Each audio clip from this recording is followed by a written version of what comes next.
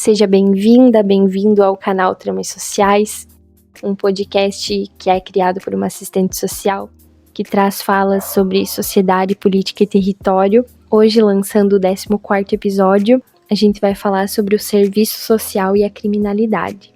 Essa relação complexa, desafiadora e cheia de significados. Fica à vontade que o episódio está começando.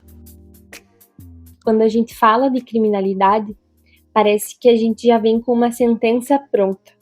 As pessoas logo pensam que a gente está falando de cadeia, de polícia, medo, perigo, e elas esquecem que antes de qualquer crime existe uma história. Existe alguém que nasceu em um lugar, alguém que teve ou não teve oportunidades, alguém que foi atravessado pela pobreza ou não, pela falta de acesso ou pela exclusão. O problema é que a gente vive em uma sociedade que aprendeu a punir antes de entender. A gente demoniza o criminoso, mas raramente olha para as condições que o produziram. A gente sabe que mesmo quando um sai, outro entra, porque o problema não é a pessoa, é um sistema que continua fabricando exclusão. O serviço social entra justamente nesse ponto de tensão. A gente não está ali para reforçar a culpa.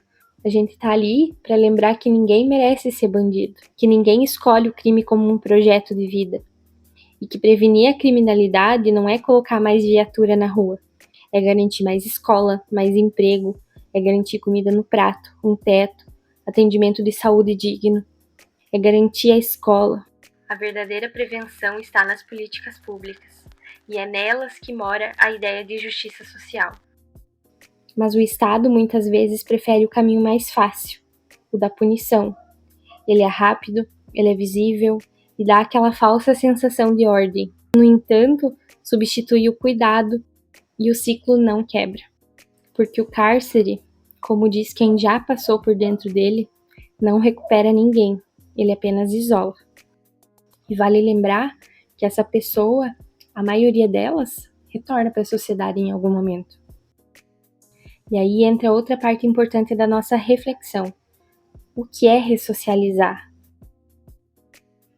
O que é ressocializar alguém num país que não garante nem o básico para quem está solto? Como pedir para uma pessoa se reintegrar a uma sociedade que nunca a acolheu? E aí o serviço social, como a gente estuda na faculdade e vê na prática, ele caminha nesse campo, um caminho muito fino, porque ele trabalha entre o que é possível fazer dentro das estruturas do Estado, né, dos dispositivos sociais que eles oferecem, do que é possível fazer naquele território e do que é, o que é oferecido, né, por esse Estado, que daí dá a qualidade ou não, a dificuldade, fragilidade dos serviços ou não. E eticamente a gente se depara com isso, entre o que a gente faz com essa estrutura e o que é necessário denunciar sobre elas, renunciar, protestar. Porque sim, a gente atua no sistema, mas a gente também o questiona. A gente precisa questionar ele porque a gente faz parte dessa construção. As várias engrenagens desse sistema político, desse sistema de Estado que é tão complexo, que é tão amplo, que tem tantas ramificações. E esse é o questionamento que mantém viva a ética da nossa profissão. E hoje eu queria conversar um pouquinho com vocês sobre isso, sobre o papel do serviço social diante da criminalidade. Esse é um assunto que sempre me encantou, que sempre me questionou, me motivou a aprender, a querer saber mais sobre o assunto, porque isso fala tanto sobre a sociedade, isso fala tanto sobre o que a gente pode ou não desenvolver numa comunidade, num território, num município, num estado. Foi o tema do meu TCC, da graduação e do meu artigo científico também da pós. Eu busquei entender por meio de pesquisa como estão essas pessoas ditas criminosas, como elas vivem, o que influenciou elas a tomarem determinados caminhos. E a gente sempre vê a falha do Estado nesse rolê aí. Berço de um sistema muito maior, que é o sistema capitalista, que acarreta na falta de uma vida com qualidade, a falta de acesso a oportunidades, e isso desde lá da base, né? E quando eu falo de base, é desde ter acesso a trabalho digno, a um salário decente para que essa pessoa consiga fazer o que chamam de giro dentro da sua família, dentro dos planos que tem para si, mas também do acesso a políticas públicas de qualidade, a sair da escola, não só com diploma, mas sabendo ler, sabendo escrever, sabendo fazer uma conta, sabendo pensar, sabendo debater. Tudo isso é muito necessário e a gente sabe que os nossos usuários, né, o público que a gente atende, muitas vezes sai sem esses direitos.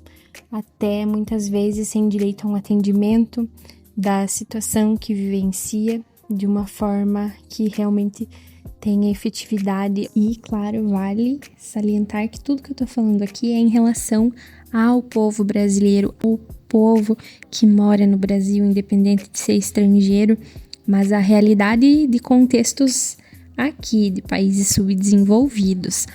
Então, outros papos ficam para outro encontro, talvez para outro episódio. Mas estamos falando dessa pobreza estrutural, né, dessa exclusão estrutural que encarcera majoritariamente as pessoas mais pobres.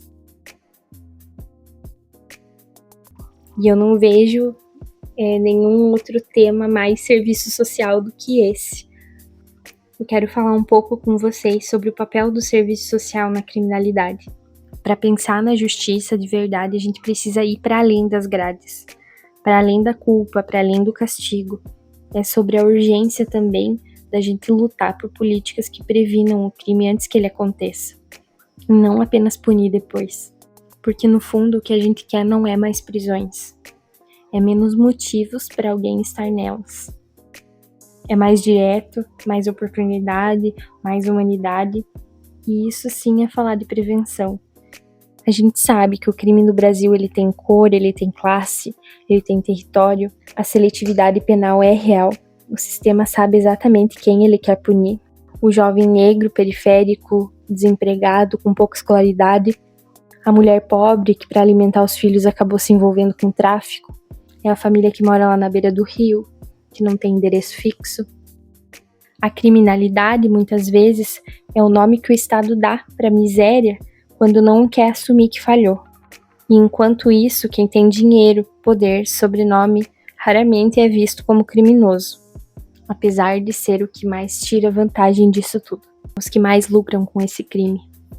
A gente vive num país que aprendeu a punir o pobre e absolver o rico.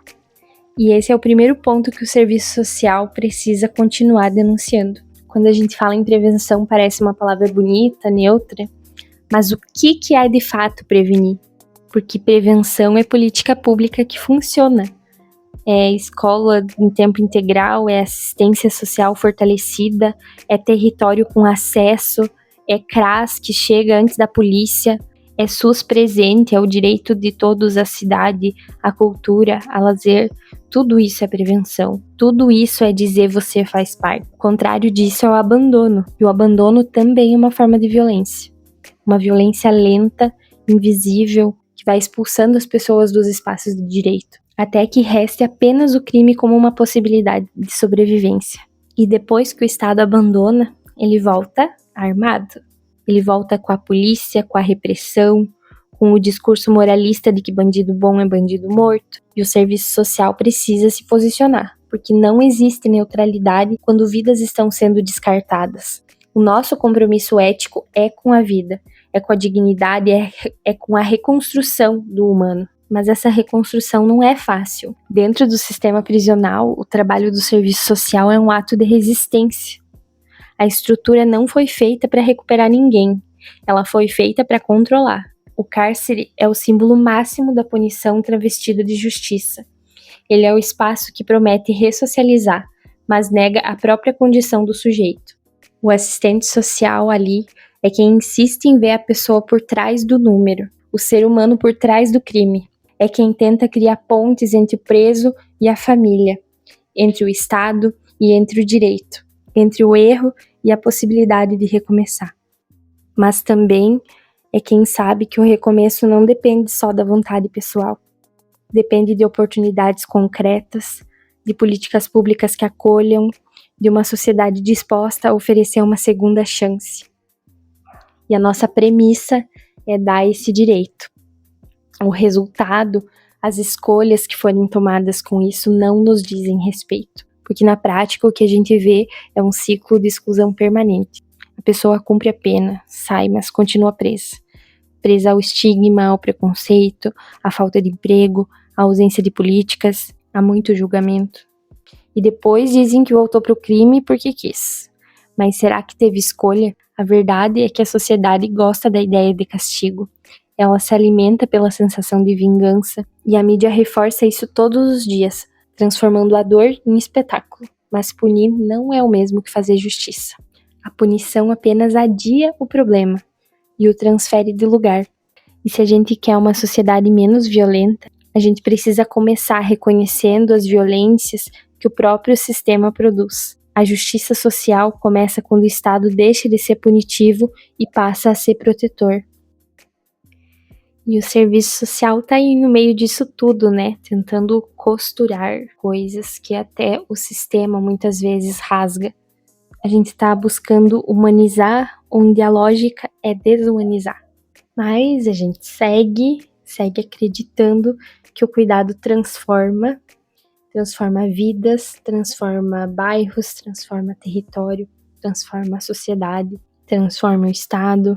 A gente segue acreditando que a prevenção nasce na base, que é o direito, a dignidade, a escola aberta, o CRAS como equipe completa, na política que chega antes da bala. E a gente segue acreditando que a justiça social não é um ideal distante. É uma prática cotidiana, construída num encontro entre profissional, usuário e essa luta coletiva.